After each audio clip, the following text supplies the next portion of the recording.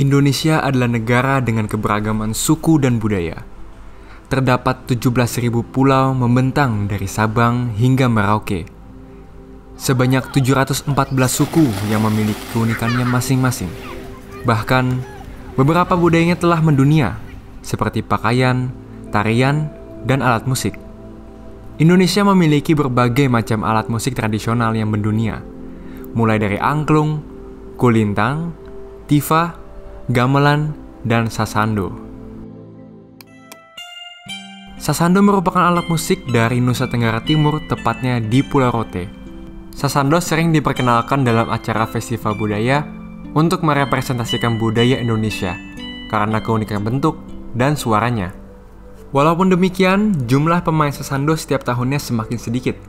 Dalam sebuah artikel karya Robi Firmansyah, seorang pemain sasando asli Rote bernama Jeko Habulan mengatakan bahwa pemain sasando saat ini hanya bersisa 8 orang, termasuk dirinya. Selain itu, orang-orang tua yang biasa berusaha melestarikannya sudah tiada dan tidak mewariskan buku ataupun sekolah. Untuk mengatasi itu, Jeko membuka sebuah sekolah sasando di Jakarta agar anak muda tertarik untuk mempelajarinya. Namun, ia mengakui bahwa hampir 90% pemainnya adalah orang asing. Sehingga sangat disayangkan apabila anak muda Indonesia harus ke luar negeri untuk mempelajari sasando. Mereka bilang sangat unik. Dan biasanya yang sebut itu orang luar. Orang Indonesia jarang apalagi dari Kupang ya, dari Kupang, karena nggak tahu kenapa biasanya yang anggap ini sesuatu yang berharga itu dan value-nya tinggi biasanya dari luar. Dari perkataan Jeko dan Natalino, hal itu menyimpulkan bahwa sasando lebih dihargai oleh orang luar daripada orang lokal. Maka, apabila hal tersebut tidak diatasi, pemain sasando lokal akan semakin sedikit dan sasando bisa punah. Nama aku Matteo Jubileo Singgi. Sejak memasuki bangku SMP, aku memiliki satu hobi yang berbeda dari anak yang lain, yaitu bermain sasando. Aku pertama kali melihat alat musik ini di Taman Anggrek saat aku kelas SD 1. Pada saat itu, aku terkejut karena tidak pernah melihat alat musik seunik ini. Namun, aku belum bisa mempelajarinya karena faktor jarak yang jauh. Pada tahun 2013, setelah aku selesai mengikuti ibadah di Gereja Santa Helena, aku melihat ada pameran budaya kecil di pelataran gereja. Untuk kedua kalinya, aku melihat sasando. Saat itu, aku semakin tertarik untuk mempelajarinya. Bahkan, diajak untuk mencoba memainkannya. Lalu, aku memutuskan untuk belajar sasando. Sejak itu, aku mendapatkan banyak tawaran untuk bermain di acara budaya, gereja, dan lainnya. Hal itu mengubah hidupku. Tapi, aku masih penasaran. Kenapa alat musik dengan ciri khas yang unik ini tidak diminati oleh masyarakat lokal? Dan mengapa sangat diminati oleh orang dari luar negeri?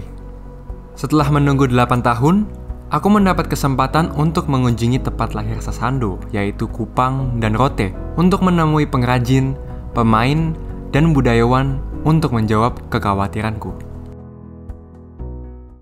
Sesampai di Kupang, hal pertama yang aku langsung lihat adalah betapa banyaknya sasando di kota ini, mulai dari gedung, patung, dan dekorasi. Hal itu membuatku semakin penasaran tentang asal mula sasando sehingga bisa berada di pulau ini. Maka aku bertemu dengan budayawan asal Rote yang telah menulis hampir 20 buku mengenai budaya Rote. Salah satunya sasando. Jadi umumnya nama-nama Rote itu ada punya arti. Nama orang juga punya arti. Jadi sasando itu asal dari kata sandu-sandu. Jadi satu kata sandu, tapi diulang menjadi sandu-sandu, meronta-ronta. Jadi ya, menurut mereka bahwa kalau dikit-piti maka setelah berbunyi rasanya haik itu tabungnya itu rasanya bergerak-gerak. Nah, jadi dari itu kata. Sedang kata sando tidak ada arti apa-apa. Jadi pada tahun 80-an setelah turis-turis datang di ETT, waktu itu kepala pariwisata namanya Pak Teguh Jawang. Jadi dia undang tua-tua kelurahan desa di Kupang untuk sidang untuk bagaimana caranya kita menyambut pariwisata ini. Akhirnya saya tanya, karena ada satu gedung dibuat dengan diberi nama Hotel Sasando. Jadi saya tanya kepala pariwisata ini, saya bilang kalau kata Sasando itu adalah nama alat musik orang Rote, maka itu salah. Seharusnya Sasandu. Jadi beliau mengaku, tapi kemudian tidak juga. Akhirnya timbul dua nama. Tapi di dalam tulisan-tulisan saya bilang saya tetap memakai kata Sasandu. Penemuan Sasandu hingga saat ini masih belum 100% benar. Namun terdapat 3 versi yang paling terkenal menurut buku karya Paul A. Hanning. Pertama adalah tentang 2 orang nelayan yang sedang berlayar di laut dan terdampar di Pulau Ndana pada abad ke-17 dan membawa sasandonya ke pulau itu.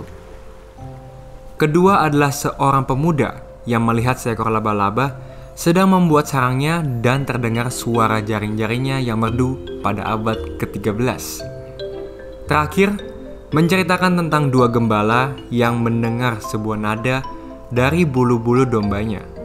Saya di dalam tulisan saya itu saya kemukakan semua. Nanti masyarakat baru menilai mana yang betul.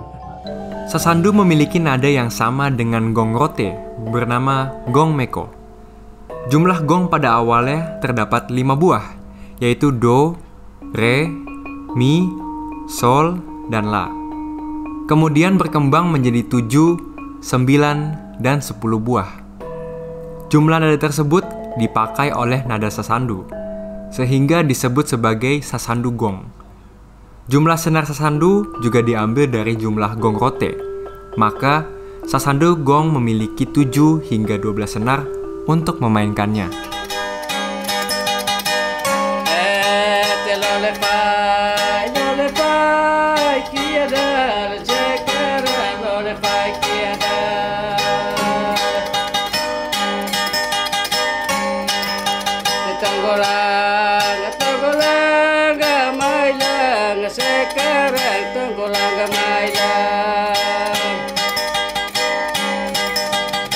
Dalam membuat sasandu gong, terdapat beberapa langkah yang harus dilakukan.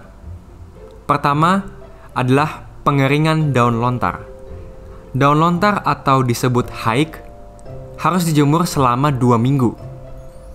Sambil menunggu, pengrajin bisa memulai mengikis bambu yang disebut aon setipis mungkin supaya menghasilkan suara yang jernih.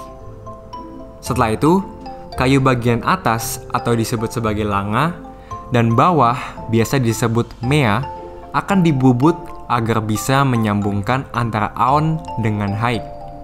Setelah dipasang, pengrajin bisa mulai menyetem senar yang dililit dengan paku atau aididipo dan ditahan dengan sesenda.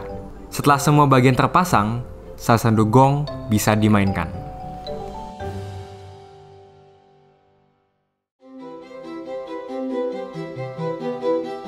Pada abad ke-15, Eropa mulai menduduki Indonesia. Pada saat itu, negara pertama yang mengunjungi Pulau Rote adalah Portugis. Terjadi proses barter antara rempah-rempah Indonesia dengan teknologi Eropa. Salah satunya adalah alat musik biola. Sebelumnya, sasandu gong masih menggunakan nada pentatonik, sedangkan Eropa sudah mengembangkan alat musiknya menjadi nada diatonik. Sehingga pada abad ke-19, seorang guru seni bernama Cornelis Franz menciptakan sasandu biola pertama. Menurut Paul, ia merupakan seorang guru seni di Stofil Baa, tepatnya di Rote. Sejak itu, sasandu biola telah berkembang dengan jumlah senar yang lebih banyak lagi. Secara bentuk, sasandu gong dan sasandu biola tidak memiliki banyak perbedaan. Namun, ada beberapa bagian yang baru. Bagian paling atas atau disebut mahkota adalah sebagai hiasan sasandu. Di bawahnya ada langa yang menggabungkan antara bambu atau aon dengan haik atau daun lontar. Kemudian ada aididipo yang menjadi tempat lilitan senar yang terbuat dari besi. Bagian utamanya adalah aon atau bambu yang menjadi badan sesandu. Di sekeliling aon terdapat sesenda yang menahan senar agar memiliki suara yang berbeda-beda. Di bawahnya terdapat potongan kayu yang mirip dengan langa, disebut mea. Di kayu tersebut terdapat paku-paku kecil yang mengaitkan ujung senar. Kemudian terdapat senar dari melodi, chord, hingga bass. Terakhir adalah daun lontar atau haik yang menjadi ciri khas sasandu dan berfungsi sebagai resonansi suara. Sasandu biola kini memiliki senar yang jauh lebih banyak dari sasandu gong. Terdapat 24 sampai 60 senar tergantung jumlah nada yang mau dimainkan. Namun, pada umumnya, pemain sasandu menggunakan 32 senar yang sudah termasuk melodi, chord, dan bass. Pada umumnya, sasandu biola bermain di tangga nada C dan G. Dalam memainkan sasandu biola, terdapat teknik yang berbeda dari sasandu gong. Sasandu biola menggunakan 6-10 jari, tangan kiri dan tangan kanan. Tangan kiri memainkan melodi dan bass, sedangkan tangan kanan memainkan chord. Sehingga sasandu biola bisa memainkan sebuah lagu tanpa bantuan alat musik lainnya. Tapi, tidak semua sasandu biola sama nadanya. Nah, ini yang unik. Di setiap pembuat sasandu mereka tipe steman yang atau tuning yang berbeda gitu. Jadi kalau kamu beli sasandu di tempat lain, bukan tempat saya, tuningnya pasti beda. Oh, kenapa gitu, Pak? Karena kita belum punya pakem gitu untuk susunan nadanya. Karena masing-masing pembuat menganggap susunan nada yang dia pakai adalah susunan yang terbaik untuk memainkan sasandu. Dan saya juga. Berarti pemain sasandu itu yang sekarang ini ya, punya ciri khasnya masing-masing ya? Ya, tergantung mereka beli sasandu dan latihan di mana gitu. Jadi kalau mereka latihan di tempat lain, berarti steman dan cara mainnya pasti beda sama di tempat saya gitu. Nah, itu pernah ada pembahasannya tapi tidak menemukan titik temunya. Ya, kayak menurut saya kayaknya ego masing-masing kan. Satu bilang mau mereka yang benar, satu. Jadi nggak ada titik temu. Itu di kayaknya acara FGD oleh Kementerian Kebudayaan kayaknya. Kemungkinan akan ini nggak? Kira-kira suatu hari akan satu pakemnya. Ya itu yang kami orang-orang muda lagi perjuangkan sekarang. Harus ada.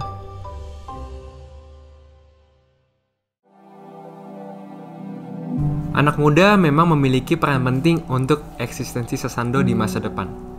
Dengan melestarikan budaya lokal, Indonesia tidak akan kehilangan identitasnya. Namun, dengan globalisasi yang terus berkembang, mengakibatkan anak muda lebih tertarik untuk mengadopsi budaya barat. Sehingga jika tidak ada anak muda yang melestarikan, siapa yang akan? Perkembangan zaman terkadang membuat kita, apalagi kaum muda, orang muda itu mengikuti perkembangan yang terkini. Apalagi kita di zaman era digitalisasi, terkadang kita sudah tidak lagi ada pada keinginan untuk melestarikan budaya kita. Kita adopsi yang dari luar. Nah, jadi orang bisa mengenal kita karena budaya kita, karena behavior, karena kelakuan kita.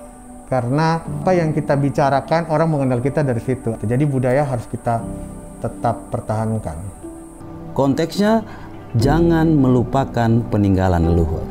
Jangan meninggalkan budaya Anda. Silakan anak generasi milenial sekarang berinovasi dengan caranya, dengan masanya, dengan situasinya. Nama saya Isunis Noni. Saya umur 26 tahun, sekarang jadi komposer atau musik director di UPT Taman Budaya Provinsi NTT. Harapannya bisa betul-betul masuk dalam kurikulum ya, di khususnya NTT dulu ya, gak usah di luar dulu. Berawal dari sini dulu. Soalnya di Jawa kan gamelan udah jadi kurikulum kayaknya, di setiap SMA udah ada kan. Kayaknya itu aku harapannya bisa dimasukin di kurikulum sekolah biar nggak punah juga. Yang pertama harus ada niat memang betul-betul harus mau tahu sasando dan mau tahu belajar. Soalnya banyak versi sekarang yang berkembangnya waktu lebih ke musik-musik modern sekarang. Tapi untuk musik tradisional sendiri tidak kalah juga, soalnya karena musik tradisional kita tidak perlu mengeluarkan biaya untuk ke luar negeri. Saya sudah merasakan itu dan itu senang sekali. Jadi buat teman-teman kaum muda yang mau belajar, silakan, biar bisa tahu dan bisa memperkenalkan kalau Indonesia itu tradisional, alat musik tradisionalnya itu khususnya dari NTT itu unik dan dia bisa semua lagu bisa. Sebenarnya misi saya adalah menjadikan alat musik ini sebagai alat musik yang bisa dimainkan oleh siapapun dan dimanapun gitu. Makanya saya selalu pakai hashtag di setiap postingan saya, Sasando for the World itu untuk kayak suatu saat mimpi saya gitu, untuk kayak ini bisa jadi seperti gitar, keyboard, kayak semua orang anggap ini alat musik yang bisa dimainin siapa saja gitu.